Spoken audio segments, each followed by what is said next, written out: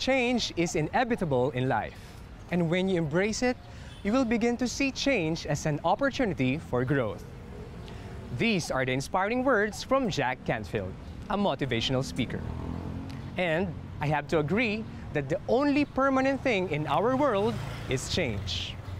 We always encounter it in our lives. Teenagers like you experience physical and behavioral changes, right?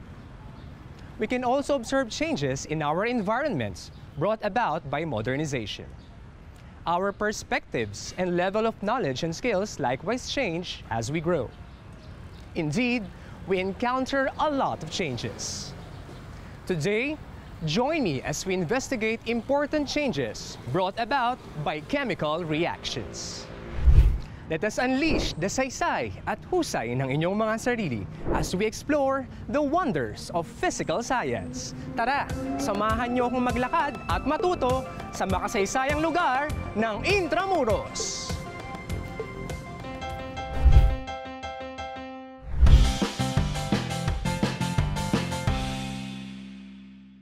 In our previous episode, you joined me and Chef Renzi of Metro Cafe in the chemistry kitchen, and we explored the structure, properties, and functions of the ingredients of life, the biomolecules. We flared things up in the kitchen and savored the sweet taste of success as we gained more knowledge about carbohydrates, proteins, lipids, and nucleic acids. The science of chemistry is mostly about change. From the beginning of the universe up to our present day, everything that happens around us has something to do with changes brought about by chemical reactions and certain processes. Every time we breathe, cook, eat our food, and clean our homes, different chemical reactions take place. The same thing is true every time a vehicle engine burns fuel and gives off exhaust gases, when metal pipes rust and marble statues corrode, and when plants make food through the process called photosynthesis. But what exactly is a chemical reaction? Does this involve complicated numbers and equations? Well, yes, at some point. But don't worry, I will guide you in this challenging but fun journey. Di ako tulad ng iba na sa ere, ika'y pinabayaan. Sasamahan kita, walang iwanan. Let's start discovering the beautiful and historical sceneries here in Intramuros. And let's get to meet people around here and share more scientific knowledge with them. Magandang araw para sa isang magandang binibini. Kamusta? Ako si Teacher Tony mula sa DepEd TV. So we are actually making an episode for Senior High School Physical Science. So game ka ba para sa isang short interview? Sige, sure. Anong pangalan mo? Sam. Sam. Hi Miss Sam. So may tanong lang ako. So sa DepEd kasi naniniwala kami na sharing is caring. So for today, mag-share ako sa iyo ng scientific knowledge about chemical reactions. Okay? So I have here some pictures lang. So ang task mo, para lang kitang estudyante, ang task mo ay i-identify kung ano yung mga nasa pictures na to. So first picture, ano nakikita mo? Kadena na Kadenang may kalawang or rust. Pangalawang picture. Ano naman yan? Uling na may apoy. Ayan, so nagbabagang uling. Ayan. Pangatlong picture natin. Pangatlo, baso na may hinulog na tablet. Ayun, so may hinulog na tablet at yung tablet ay nag-form ng Bubbles. mga bubbles. Sige nga, yung pang-apat na picture kung kaya mong i-describe. Ano kaya nakita natin dyan sa pang-apat na picture? Tingin ko ano yan? Panis na gatas. Parang gatas, yes. Kapag ang gatas kasi pag napapanis sila or napapanis yung gatas, nagkakaroon ng mga formations, namumuo yung mga proteins ng gatas. Okay, so very good. Mukhang naalala mo pa ang mga chemistry subjects mo way back no high school, no? So, ang next na task mo ay tulungan mo akong i-decode yung mystery word natin for today. Ready? Okay. So yan, Miss Sam, kung kanina nahulaan mo yung 4 pictures natin, ang gagawin mo naman ngayon is you have to arrange our jumbled letters para maiayos yung mga letters na yan at makabuo ka ng words na related sa 4 na picture na to. Ano, game? Game. Okay, so let's begin. Tulungan kita dyan. Alright, so ready? Let's go!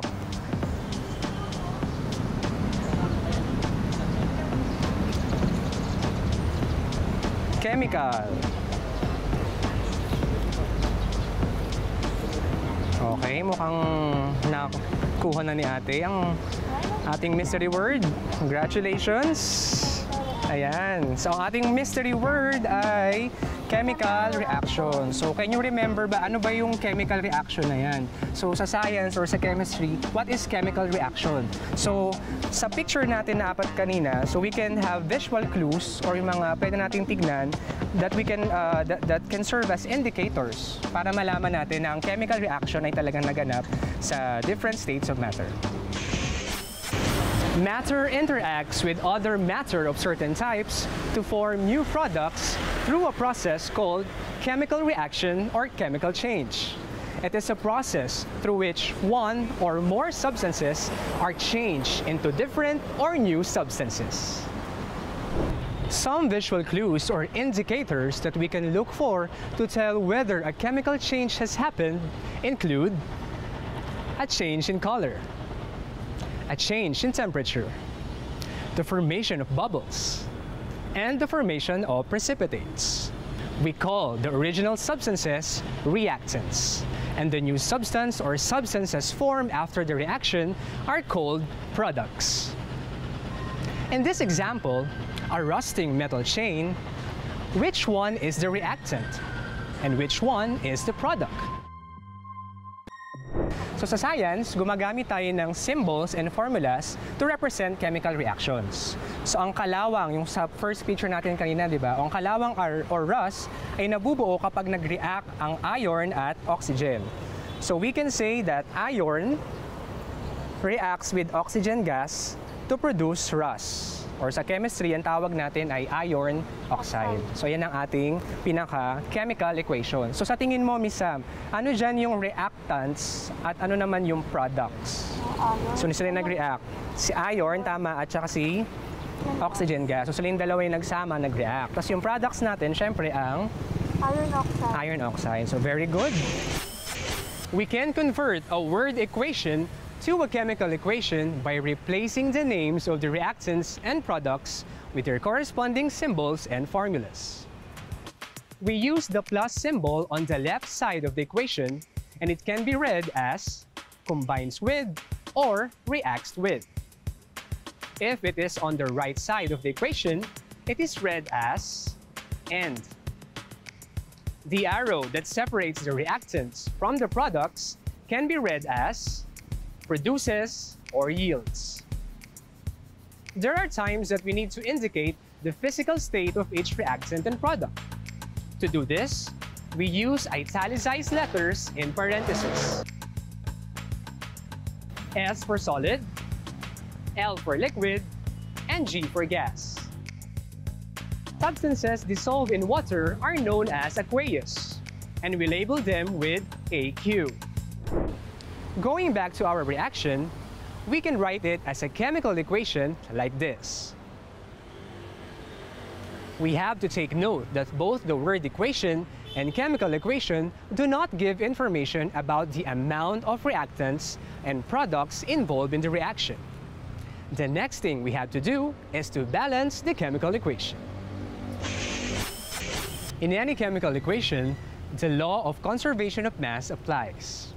Always remember that the total mass and the total number of atoms of each element in the reactant side should be the same with that of the product side. To balance our equation, we list the elements and count the number of atoms of each element in the reactants and in the products. There is 1 iron and 2 oxygen atoms in the reactants, while there are 2 iron and 3 oxygen atoms in the product side. The next step is we have to change the coefficients of the molecules, or the big number written before the chemical formula. Remember that we cannot change the subscripts or the small numbers in our formula, only the coefficients. We can write the following coefficients to balance our equation. 4 for iron, 3 for oxygen, and 2 for iron oxide. Let us check whether the number of atoms are now equal for both sides. There are 4 iron atoms and 6 oxygen atoms in our reactant. The same goes with our product side.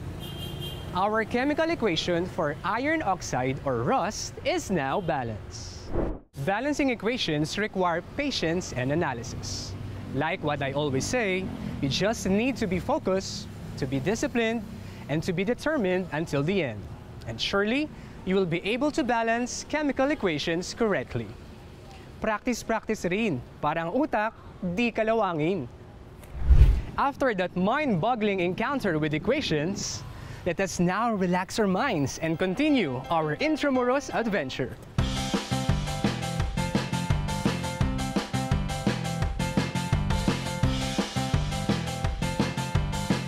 Since Intramuros is full of history, here's a piece of historical trivia for you. Intramuros, the walled city, was built to be the political and military base of the Spaniards in Asia during their regime in the Philippines. And now, it has become a popular destination for historical walking tours, allowing us to be immersed in our country's rich culture and history. Did you know that there are a lot of endemic Philippine plants here in Intramuros and in Metro Manila? In fact, I am now in the middle of a native fern garden here in Baluarte de San Diego. Another fun fact, do you know where to find nilad, the plant which gave the city of Manila its name in Intramuros? Come and join me as we stroll around this place and discover more interesting facts as we continue our walking tour. Let's breathe some fresh air and discover different plants growing around here.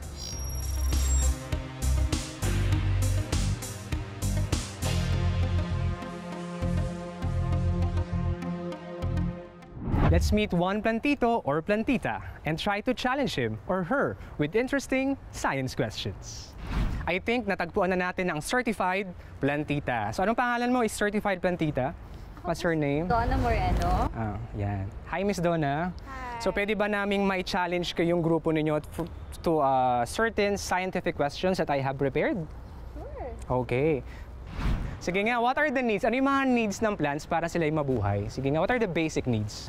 Of course, yung basic needs, yung sunlight, water, and good soil. And syempre, hindi makukumpleto yan kung walang hangin or carbon dioxide na galing sa tao.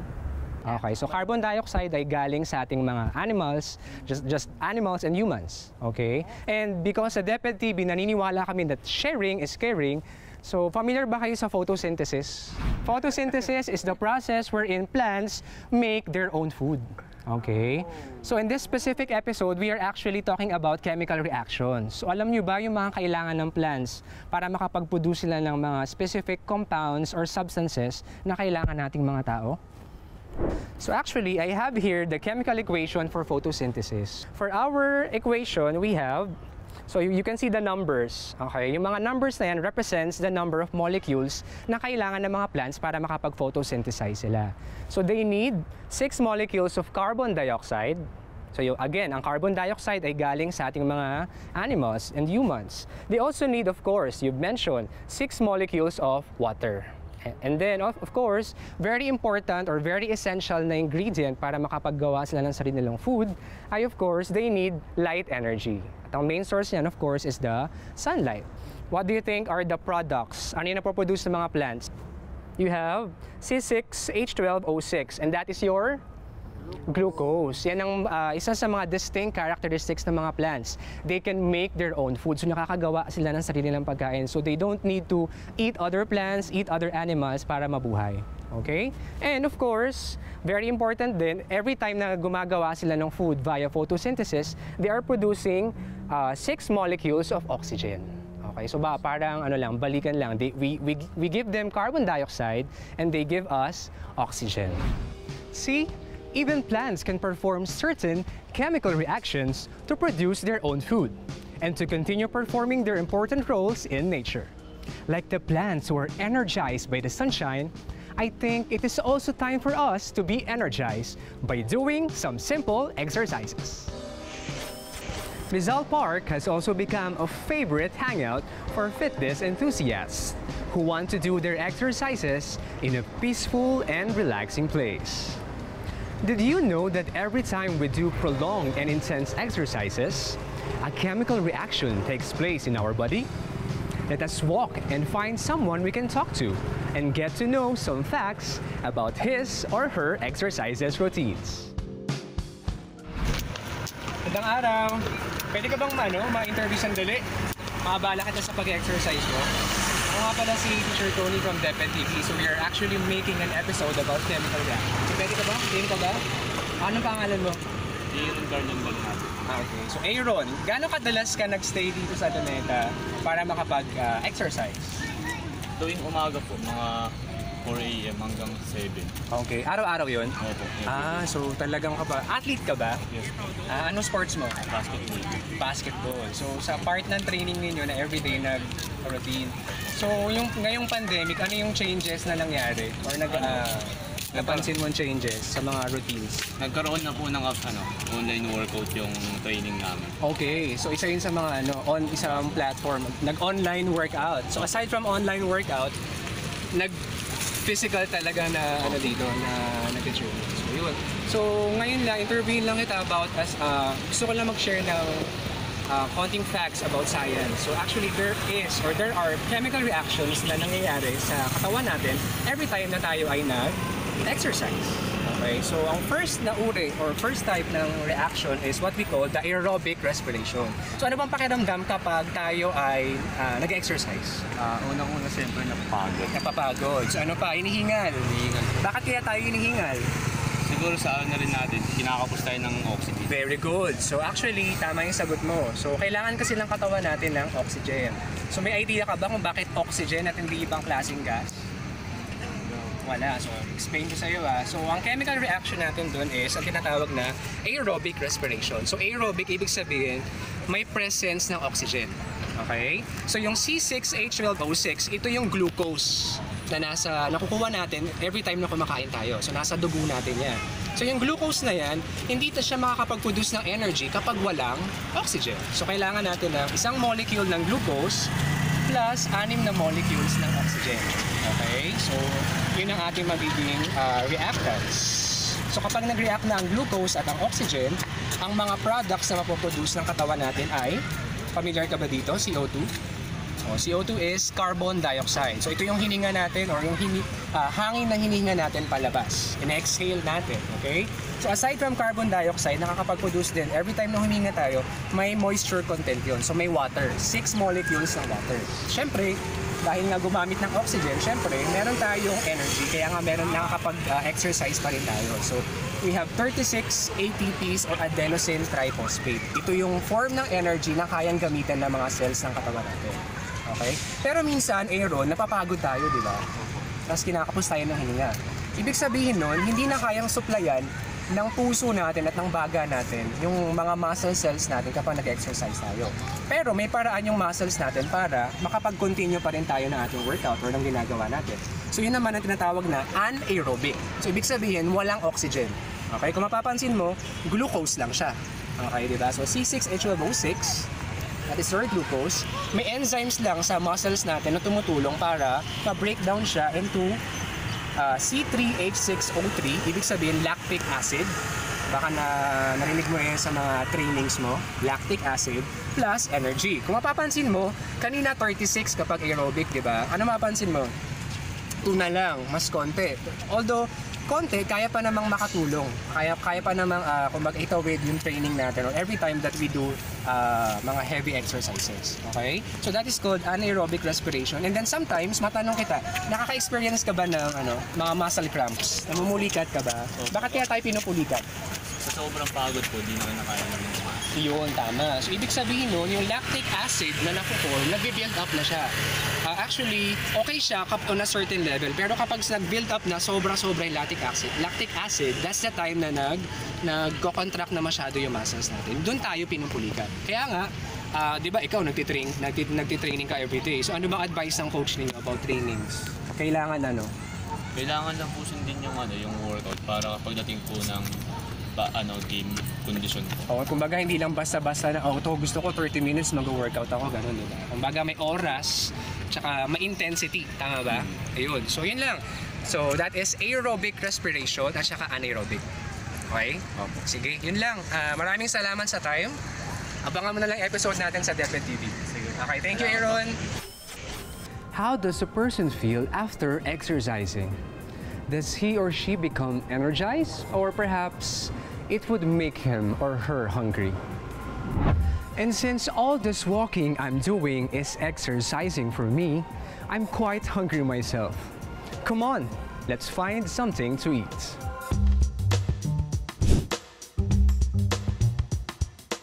Sir, cheese stick po, tsaka french fries available, pati yung burger. Wow! Sige ate, mukhang masarap yung bacon mushroom, 2 orders po. Tsaka 10 piraso ng cheese sticks. Yan ate, so habang inaamoy ko itong niluluto mong bacon para sa akin. So dahil sa DepEd TV, naniniwala kami na sharing is caring. So makishare ako ng scientific knowledge about chemical reactions. Ano ba pinaprepare mo dyan? Ayan, so mushroom yan, favorite na natin. So alam mo ba na every time ate na tayo ay nagluluto, so may chemical reaction na tinatawag na combustion. Familiar ba kayo sa word na combustion? Ano ba yung combustion? Pagkakatanda ninyo. Ayun lang. O sige, refresh natin yung brain cells ninyo, no?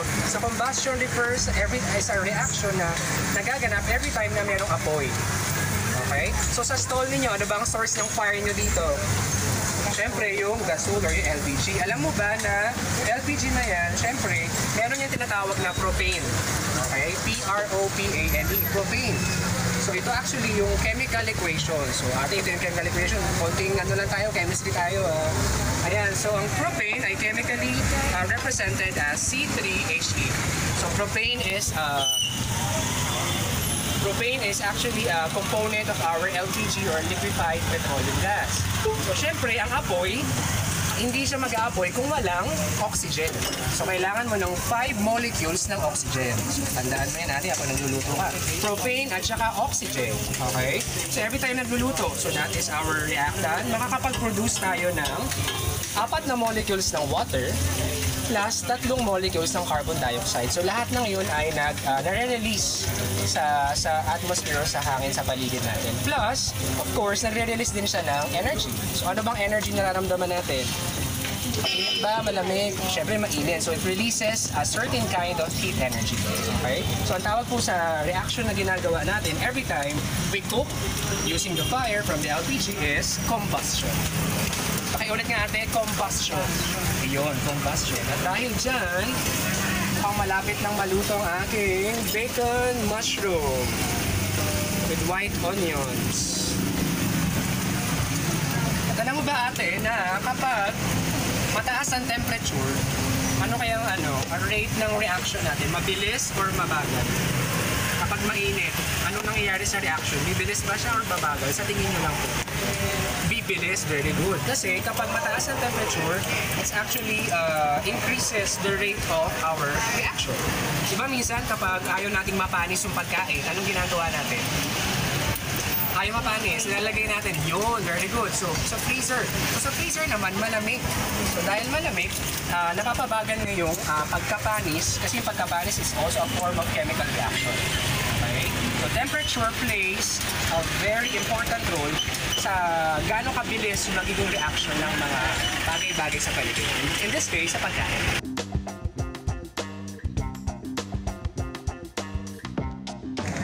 Salamat, Ate Rome! I'm sure you enjoyed our food trip, right? And do you know that chemical reactions also take place during digestion? When we eat, an enzyme in our saliva called amylase starts to break down sugars and other carbohydrates into simpler forms that our body can absorb. Hydrochloric acid in our stomach reacts with food to further break it down, while enzymes cleave proteins and fats so they can be absorbed in our bloodstream through the walls of the small intestines. Intramuros is such a stunning place, and that is the reason it is one of our top tourist attractions. Its combination of majestic sceneries, vintage architecture and ruins, plus the warm and welcoming people we get to meet here our reactants, result in happiness, the product, which can be likened to the chemical reactions we have been discussing. In this fun-filled travel episode, we get to appreciate our historical roots and at the same time, learn new concepts, specifically chemical reactions. We learned how to represent them by writing and balancing chemical equations. Indeed, chemistry happens not just in laboratories, but most importantly, in the different experiences that we encounter every day. For your take-home task, I want you to write your learning and realizations from today's episode. Post your answers in your social media accounts. And don't forget to use the hashtag DepEdTV Physical Science. You may also include in your post a selfie while you are watching this episode, so we can even mention you and the name of your school if your post is chosen. I would love to hear from you, so what are you waiting for? Post your answers and selfies now. And that ends our fun and exciting quest for scientific knowledge this week. Remember not to be afraid to make necessary changes in your life, especially if they will make you become a better person. Join me again next week as we discover how we can harness energy from different sources. This is Teacher Tony, and it is an honor to have guided you today. Stay inspired and be an empowered student by watching our learning episodes only here on DepEd TV.